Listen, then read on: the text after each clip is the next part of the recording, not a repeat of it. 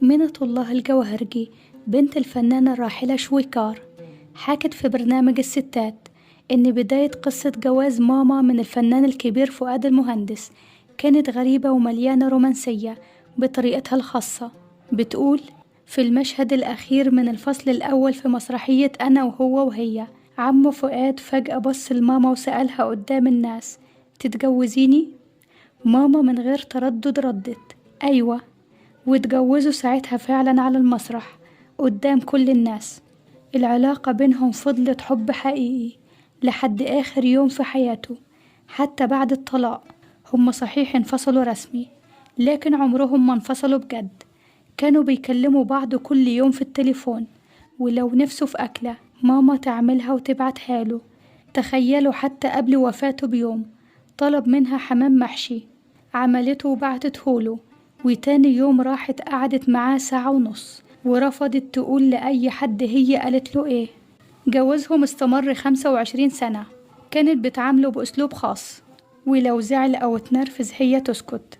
كانوا بيفهموا بعض من النظرة، والكيميا بينهم مش محتاجة كلام. عمو فؤاد مرة حكى إن سبب الانفصال إن في ناس وحشين عملوا وقيعة بينهم، وللأسف الاتنين صدقوا وقرروا ينفصلوا. ماما ما خلفتش من فؤاد وقالت له بصراحة: مش هخلف منك، وشرحت إنها خايفة لو جابت منه طفل تحبه أكتر مني أو من أولاده، وهي مش مستعدة تحب حد أكتر مني.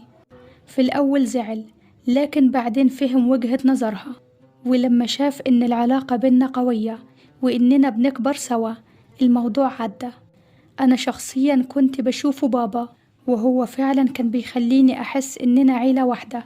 ماما كانت بتعرف توازن، تقعد معايا تذاكر لي شوية، وتحضر معانا حفلات المدرسة، وتوصلنا الامتحانات، وتستناني أنا وهو.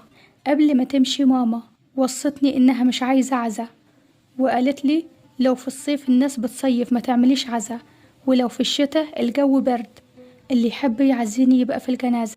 في آخر أيامها كانت كويسة، بس تعبانة من بطنها، والدكاترة قالوا كورونا، لكن الحقيقة ما كانتش كورونا.